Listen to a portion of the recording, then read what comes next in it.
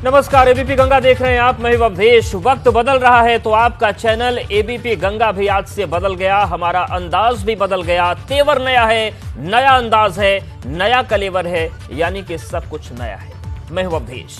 UP में 2022 को लेकर बढ़ती सियासत पर आज उत्तर मांग रहा है प्रदेश। 2022 के आगामी चुनाव को लेकर सियासत तेज होती जा रही है। अब आम आदमी पार्टी के बाद ओवैसी ने भी चैलेंज कर दिया है और कदम ताल ठोक दी है उत्तर प्रदेश के चुनाव में।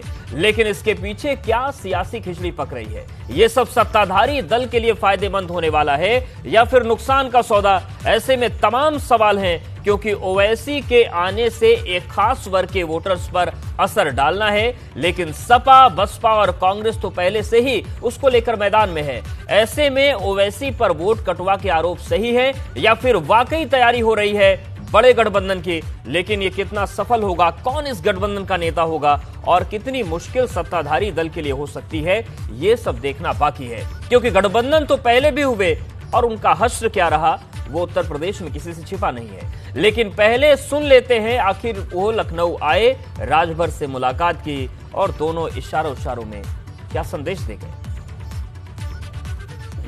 अभी जो आपके सामने हम दोनों बैठे हैं और सर की लीडरशिप में हम लोग सब साथ खड़े हैं और काम करेंगे। क्या लगता है कि बीजेपी को हराने के लिए यूपी में सारी राजनीतिक पार्टियों का एक होना जरूरी आपको नजर आता है? अभी तो हम अपनी कोशिश कर रहे हैं, इस सवाल का जवाब तो दूसरी बड़ी पार्टियों को देना पड़ेगा। सर, बंगाल में क्या बिहार की सफलता दोहरा पाएंगे? देखिए, अभी बंगाल का फैसला भी होना बाकी है, वो जब हो गए बताएंगे। लेकिन कैसी पिक्चर देख रहे हैं यूपी में 22 के इलेक्शन में जो आपका अलायंस है? क्या आप लोगों ने क्या सोचा है? अरे अभी तो शुरुआत हुई है, आगे अभी इतना जहां पर जिस वार्ड में योगी आदित्यनाथ मुख्यमंत्री यूपी गए थे वो। तो देखिए, ये राजभर और ओवैसी की मुलाकात और तमाम नए सियासी समीकरण साधने की कोशिश हो रही है। लेकिन सवाल यही है कि क्या ये जो सियासी समीकरण है ये उत्तर प्रदेश में किसी नए सियासी धारा को बहा पाएगा? हालांकि ओवैसी का उत्साहित होना थोड़ा सा जायज इसलिए लगता है कि बिहार में जाकर जो कमाल ओवैसी की पार्टी ने किया उससे उनके मंसूबे और मजबूत हुए हैं।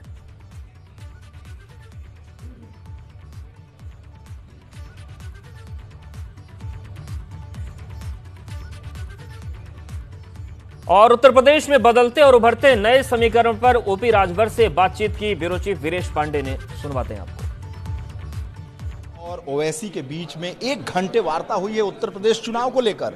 ओम प्रकाश राजभर हमारे साथ हैं। राजभर जी, आप भाजपा को जिताने के लिए मीटिंग कर रहे हैं या हराने के लिए?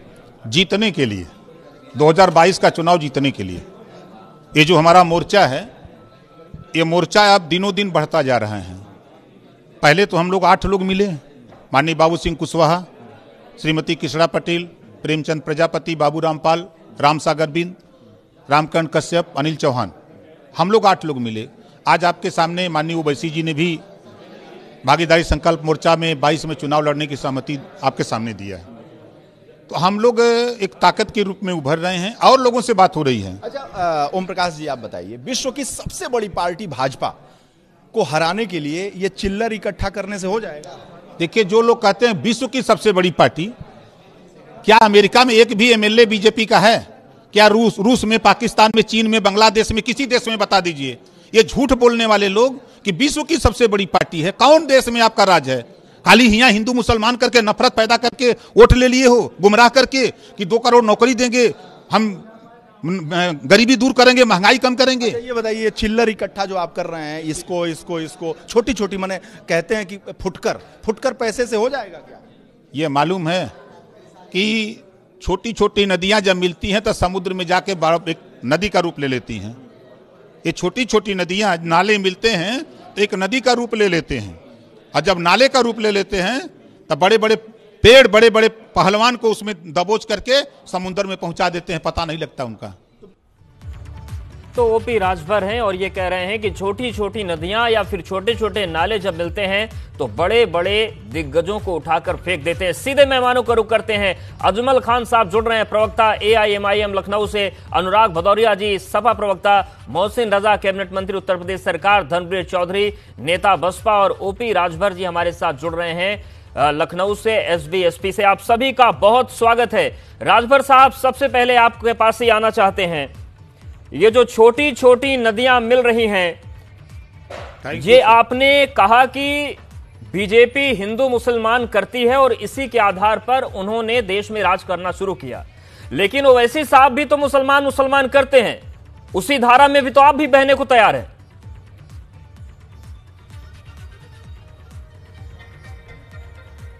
देखिए, ओवैसी जी अपनी कौम को अपने साथ इकट्ठा करने के लिए अपनी जाति की बात नहीं करेंगे तो उनके समाज के लोग उनके साथ कैसे इकट्ठा होंगे। याद होगा शायद आपको, जब मान्यवर कांसीराम जी अपनी कौम को इकट्ठा करने के लिए जब प्रदेश में उन्होंने जब बिगुल फूका तो सबसे पहले उन्होंने 1585 का नारा दिया था और कई ऐसे ऐसे नारा उन्होंने लगाया अपने समाज को संगठित करने के लिए जी, कि जिसका रिजल्ट आया कि बहुजन समाज पार्टी एक बड़ी पार्टी और प्रदेश में सत्ता में काबिज हो गई। तो उसी तरह वो अपने समाज को समझाने के लिए, जो समाज अलग अलग खेमे में, कहीं कुछ बसपा में, कहीं कांग्रेस में, कहीं सपा में, कहीं भाजपा में जो बटा है, वहां से अपने पास लाने के लिए अगर वो कुछ बोलते हैं तो उसको तो लोग दूसरे दृष्टि से देखते हैं। लेकिन वहीं जब कश्मीर में भारतीय जनता पार्टी समझौता करती है जी, तो वहां उसके विषय में कोई जिक्र नहीं करता है, लेकिन ओवैसी जी को लेकर जिक्र क्यों होता है। आज पूरा देश गठबंधन के दौर में गुजर रहा है। अच्छा, केंद्र की सरकार 36 दल की सरकार मिलकर के 36 अच्छा, यानी कि हम मान लें कि एक नई धारा राजनीति की बहने वाली है और इसमें अब मुद्दों पर गठबंधन नहीं होंगे, गठबंधन इस पर होंगे कि जाति, महाजाति, धर्म, वर्ग, किसको कहां तोड़ना, इस पर गठबंधन होंगे। मोहसिन रजा जी, लेकिन चुनौती सीधे आप लोगों को है। राजभर साहब ने कहा कि हिंदू मुसलमान बीजेपी बहुत कर चुकी और ये अब नहीं चलेगा, हम रोकेंगे। देखिए, राजभर जी हमारे वरिष्ठ हैं, मैं उनका बड़ा सम्मान करता हूं, लेकिन उन्होंने जो बात कही है उन्होंने साफ दर्शा दिया कि हम तुष्टीकरण और संप्रदायवाद की राजनीति में विश्वास रखने वाले लोग हैं, इसीलिए हम भारत तोड़ो और भारत तेरे टुकड़े होंगे गैंग के साथ जाना चाहते हैं। क्योंकि ओवैसी साहब यहाँ आए हैं तो ओवैसी के DNA में तो भारत बांटो ही है, उनके बुजुर्गों ने ही तो देश का बंटवारा किया था। तो जाहिर सी बात है कि ये सब भारत तोड़ो, भारत के अंदर जातिवाद, संप्रदायवाद, और आज हैरत की बात तो इस बात की है कि जो छोटी दल जो जिनके नाम अभी राजभर जी ने लिए हैं, वो सारे दल उनके साथ जा रहे हैं जो देश विरोधी, जिन्होंने हमेशा, और इत्तेहादुल मुस्लिमीन मतलब एकता, मुसलमानों की एकता को और आगे बढ़ाने का काम करने जा रहे हैं। देश की एकता से उन्हें कोई मतलब नहीं है, देश के विकास से कोई मतलब नहीं है। कई वर्षों से देश में आदरणीय मोदी जी के नेतृत्व में विकास हो रहा है, उत्तर प्रदेश में आदरणीय योगी जी के नेतृत्व में तेजी से विकास हो रहा है। कोरोना काल में भी हमने उपलब्धियां हासिल की हैं, हमने प्रदेश को आगे बढ़ाया है। वहां पर विकास को रोकने के लिए, आत्मनिर्भर जो भारत का संकल्प है उसको तोड़ने के लिए देश विरोधी गतिविधियों के साथ जो संप्रदायवाद की राजनीति करते हो, जो हिंदू मुसलमान की राजनीति करते हो, उसके साथ जाने को ये तैयार है। देश हित में नहीं जाएंगे। ठीक है, देश हित में नहीं जा रहे हैं। अजमल खान साहब, अब यहां पर एक चीज स्पष्ट करनी होगी, क्योंकि चाहे हम हैदराबाद की बात करें, चाहे हम बिहार की बात करें या देश के किसी भी हिस्से की बात करें, खुलकर आपकी पार्टी ये कहती है कि हम मुसलमानों के हित में काम करेंगे, आगे बढ़ेंगे। आप जब यूपी में आ रहे हैं और समाजवादी पार्टी, बहुजन समाज पार्टी के वोट बैंक में जो उनका एक पहले से बना हुआ वोटर है उसमें सेंध लगाने की कोशिश कर रहे हैं, तो इस बार क्या है, जाति, वर्ग, या फिर यहां पर भी मुस्लिम समाज के हित को लेकर ही आप आगे बढ़ेंगे? क्योंकि अभी तक जो लाइन और लेंथ है आपकी वो स्पष्ट है। भैया, आपको लाइन लेंथ हमारी स्पष्ट होगी। हमारे प्रेसिडेंट ने लगातार कहा है कि हम सबको साथ लेकर चलते हैं। अभी यहाँ पर जो है केजरीवाल साहब लड़ने आ रहे हैं, तो उनसे आपने पूछा कि बनियों का वोट काटने आ रहे हैं या संजय सिंह यहाँ टहल रहे हैं? उनसे पूछा ठाकुर, हमने संजय सिंह से पूछ लिया, आप अपना जवाब दीजिए। ये तो सवाल आप हमने पूछ लिया। बात सुनिए, बात सुन लीजिए ना। आप इस तरह के सवाल, हम यहाँ पर अपनी पूरी ताकत से इलेक्शन लड़ेंगे, जिन पार्टियों से मेरा समझौता हो पाएगा राजनीतिक तौर पर उनसे समझौता करेंगे और इलेक्शन लड़ेंगे जी। इसमें क्या दिक्कत है? नहीं, दिक्कत कोई नहीं, लेकिन मकसद तो पूछना पड़ेगा। लेकिन अनुराग भदौरिया जी, ओवैसी साहब की जो उत्तर प्रदेश में एंट्री हो रही है, माना जा सकता है कि बिहार में उन्हें कामयाबी मिली है, वो बंगाल भी जाएंगे, उत्तर प्रदेश भी जाएंगे, उन्होंने ये कह दिया था। लेकिन जो मुस्लिम वर्ग आप पर भरोसा अभी तक करता रहा है, क्या मानते हैं कि ओवैसी की पार्टी उसमें सेंध लगाने में सफल हो जाएगी राजभर जी के साथ? देखिए, आपको अच्छी तरह पता है कि समाजवादियों का जो मॉडल है वो 12 से 17 का मॉडल है, जो विकास करके हमने दिखाया है। हमारा तो गठबंधन पहले से ही है। हमारा गठबंधन विकास के साथ है, हमारा गठबंधन रोजगार देने के साथ है, हमारा गठबंधन महिलाओं के सम्मान बचाने के लिए है, हमारा गठबंधन उत्तर प्रदेश को उत्तर प्रदेश बनाने के लिए। तो मेरा तो गठबंधन पहले से ही है। हम तो गठबंधन बनाते ही चले, विकास के साथ हमारा एकदम मजबूत गठबंधन है, फेविकोल का जोड़ है जो टूटने वाला तो ये गठबंधन क्या असर नहीं दिखा पाएगा? नहीं, जैसे भारतीय जनता पार्टी का जाति धर्म से उन्होंने गठबंधन बना रखा है, तो देखिए ये गठबंधन कहीं कुछ नहीं, विकास की राजनीति। समाजवादी लोग ये चिंता नहीं करते कौन गठबंधन बनाता है, कौन इलेक्शन लड़ता है। लोकतंत्र में सबको लड़ने का अधिकार है और लड़ना भी चाहिए सबको, लेकिन हम अपनी राजनीति करते हैं। हम रोड पे रह के महिला सम्मान के लिए लड़ते हैं, सामाजिक न्याय के लिए लड़ते हैं, और अपने उत्तर प्रदेश को कैसे आगे ले जाएं ये हमने 2012 से 17 में करके दिखाया। इसलिए जनता 2022 में दोबारा समाजवादी पार्टी को सरकार में लेके आएगी और भारतीय जनता पार्टी को बाहर का रास्ता दिखाएगी, जो नफरत की राजनीति कर रही है, मार्केटिंग की राजनीति कर रही है, झूठ सच बोलने पे विश्वास रखती है और जोड़ तोड़ की राजनीति कर रही है। ये गठबंधन और ये सब भारतीय जनता पार्टी जोड़ तोड़ की राजनीति में माहिर है और इनका जाना तय है। इनका रहना देश के लिए खतरा है, उत्तर प्रदेश के लिए खतरा है, क्योंकि ये समाज के विकास की बात नहीं करते, समाज को आगे ले जाने की बात नहीं करते। एक सवाल और, केवल भारतीय जनता पार्टी या जो एक गठबंधन नया बन रहा है ये भी खतरा है? मैंने कहा ना आपसे, समाजवादी लोग हमेशा विकास की राजनीति के बारे में सोचते हैं और हम तो उसी की बात करेंगे जो सरकार में है, जिसकी वजह से देखो सरकार में जो होता है वही समाज का नुकसान कर सकता है, वही समाज पे अत्याचार कर सकता है। वो भारतीय जनता पार्टी लगातार करती चली आ रही है। किसान देखिए कड़ाके की ठंड पे रोड पे बैठा है, लेकिन भारतीय जनता पार्टी मानने को तैयार नहीं है।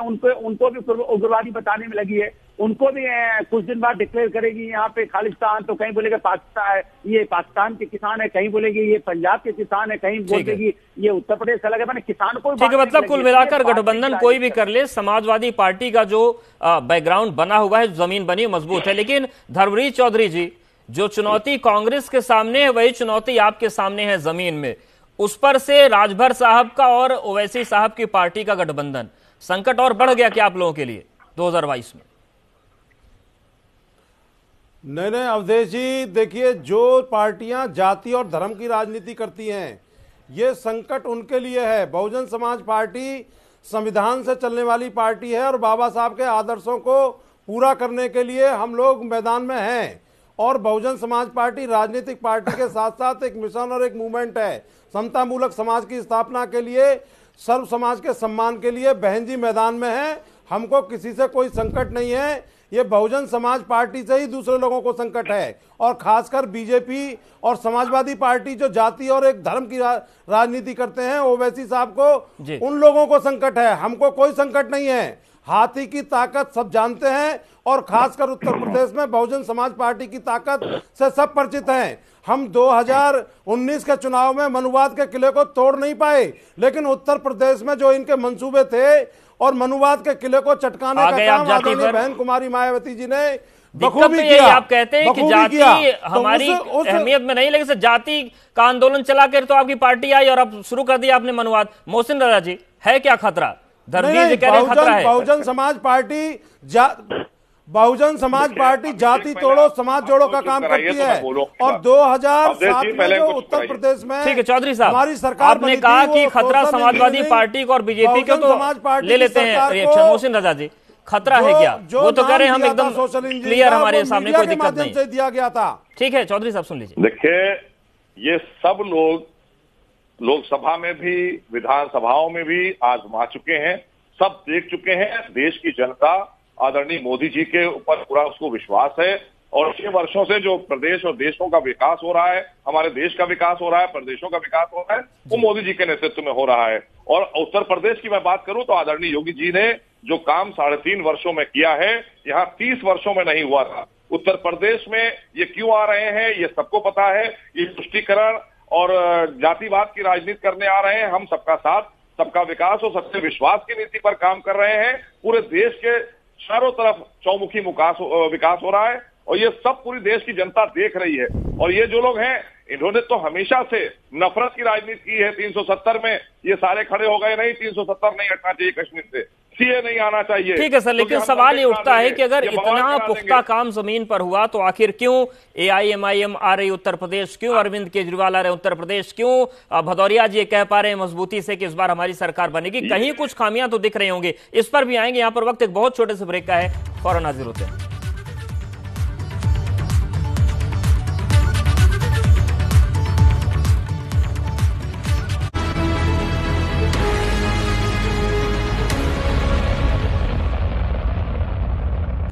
तो उत्तर मांगे प्रदेश में आज हम बात कर रहे हैं उत्तर प्रदेश में आए नए गठबंधन की, और सीधे राजभर साहब आपके पास ही आते हैं। जिस तरीके की पूरी तस्वीर बनी है, बात क्या हुई है, किस आधार पर आप वोट मांगेंगे? क्या जो समाज का निचला वर्ग है, जो मुस्लिम वर्ग है, उनके हित के नाम पर वोट मांगेंगे, विकास के नाम पर वोट मांगेंगे? वोट कैसे मांगेंगे सर? देखिए, अभी हमारे बड़े भाई मोहसिन रजा जी जो वर्तमान मंत्री जी हैं, उनकी भी बात को मैंने सुना, और बसपा और सपा कांग्रेस तीनों चारों लोगों की बात को सुना जी। ये सभी लोग शासन कर चुके हैं यूपी में। अगर ये उत्तर प्रदेश में बेहतर शिक्षा, नाई है, गोंड है, पाल है, प्रजापति है, बिंद है, केवट है, मल्ला है, राजभर है, चौहान है, पाल है, प्रजापति है, कुमार, जो गरीब तबके के लोग हैं, आज भी 60% लोग अशिक्षित हैं। इनको शिक्षा के लिए अगर ये लोग काम किए होते तो आज ओम प्रकाश राजभर ओवैसी जी की जरूरत नहीं पड़ती। हम लोग शिक्षा के सवाल पे समान शिक्षा चाहते हैं। दोहरी शिक्षा नीति क्यों? अमीर का बेटा अलग और गरीब का बेटा अलग, इसके लिए किसी का ध्यान नहीं है। समाजवादी पार्टी से बात करिए तो बीजेपी का दोष देते हैं, बीजेपी का बात करिए तो मुसलमान का नाम ले लेते हैं। हम तो कहते हैं समाजवादी पार्टी सत्ता में रही, मुसलमानों का उपयोग किया है।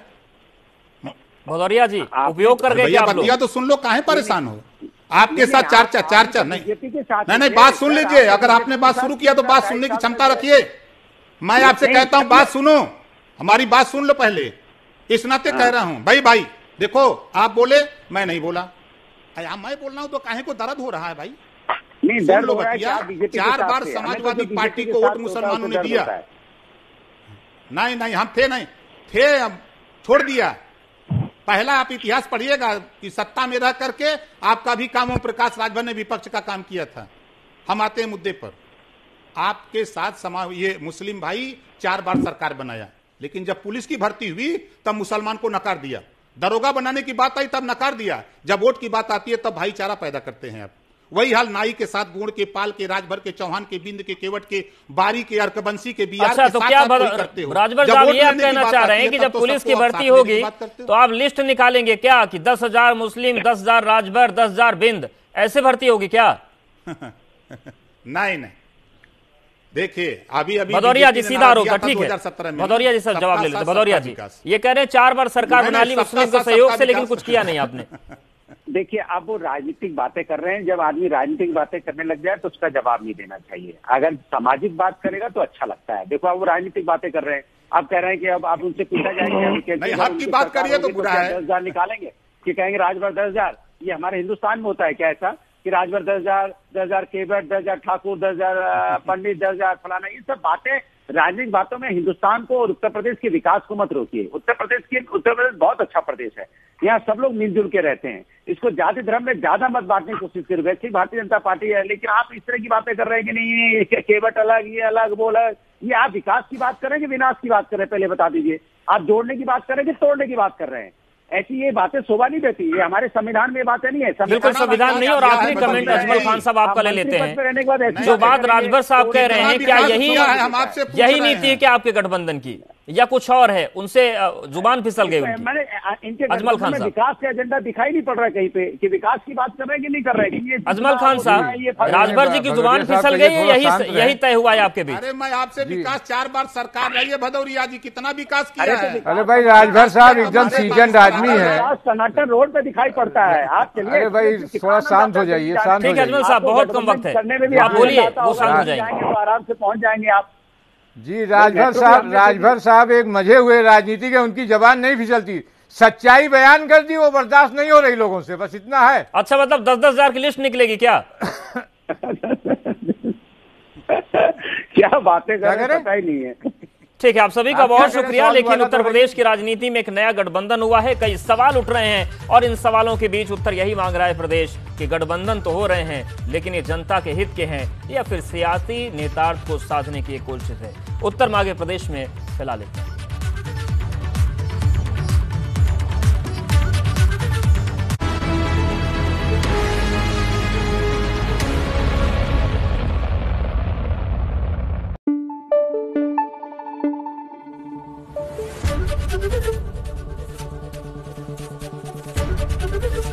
एबीपी गंगा, खबर आपकी, जुबान आपकी।